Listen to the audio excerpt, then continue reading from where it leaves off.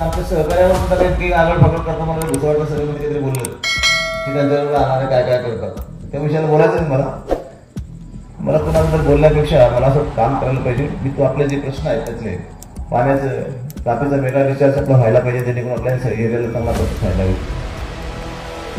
इथे हा ताळ पुरा हे खूप मोठं मार्केटचं स्पॉट आहे, मोठं मार्केट आहे पुरा तालुक्या लेवलचं गाव असं म्हणलं चालेल. इथे एक मिनी MIDC यायला पाहिजे जेणेकरून इथल्या लोकल लोकांना रोजगार मिळेल.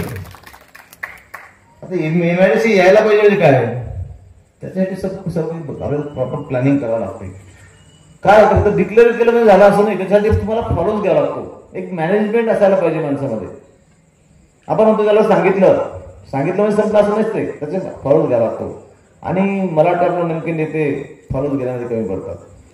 आपण येणाऱ्या काळात जे शेतकऱ्यांचे प्रश्न आहेत, कापसाचा प्रश्न तुमचा आपला करोडबाबू हा एरिया आहे, याला आपल्याला सुजलाम करायचंच आहे. कापसाला 6,000 भाव आहे. मी असं म्हणेल की शेतमाल प्रक्रियेवरती जर उद्योग आले ना, आता जर जिनिंग स्पिनिंग यान हे जर येऊ द्या भाऊ, इथे सरकी आळी ढेप एक मोठा क्लस्टर असतात. एकाच याच्यामध्ये सगळे तुम्ही बनवू शकता आणि त्याचं ट्रान्सपोर्टेशन कमी होतं. त्याच्यानंतर सगळं त्याला कम्प्रेस होते. जर तुमचा गटाचा यान झाला धागा झाला म्हणजे तो ट्रान्सपोर्टेशन कमी होते, त्याचं खर्च होतो. असे चांगले प्रोजेक्ट इथे येऊ द्या. मक्याचं स्टार्च फॅक्टरी तिकडची बंद पडली, पण आपल्याला मला असं वाटतं की एक चांगले लोक घेऊन जर असं इंडस्ट्री आणल्या तर या शेतीमधल्या माल विकण्याची प्रक्रिया झाली तर शेतकऱ्याला नगदी पैसा मिळेल, कॅश पेमेंट मिळेल. तिथल्या इथला माल विकला जाईल, त्याला जास्त स्टोरेज करायची गरज पडणार नाही. केळीवरती प्रक्रिया करणारे उद्योग यायला पाहिजे. प्री चिलिंग प्लांट यायला पाहिजे की जेणेकरून एक्सपोर्टची क्वालिटी राहील, एक्सपोर्ट तुम्हाला वाढवता येईल.